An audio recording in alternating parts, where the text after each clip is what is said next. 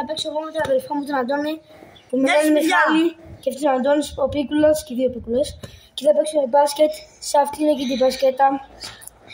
Όποιος θα κάνουμε 5 σουτ, όποιος βάλει το περισσότερο νικάει.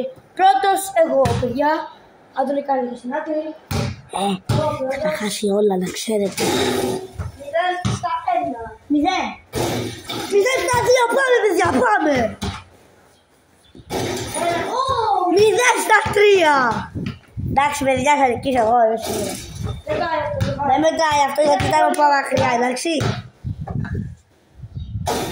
0-4, πάμε παιδιά!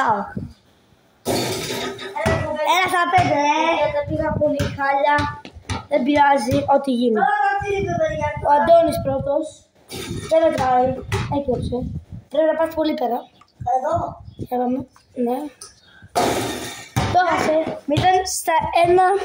Παιδιά, ο Αντώνης έχασε πρώτο. Πάμε το επόμενο. Έλα, Αντώνη. Χαστό.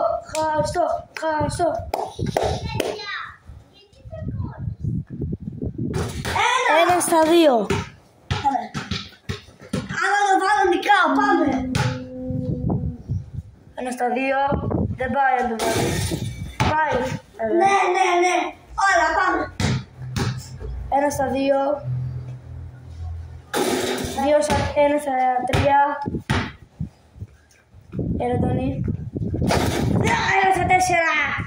Άλλο να χάσει. Δεν πάει.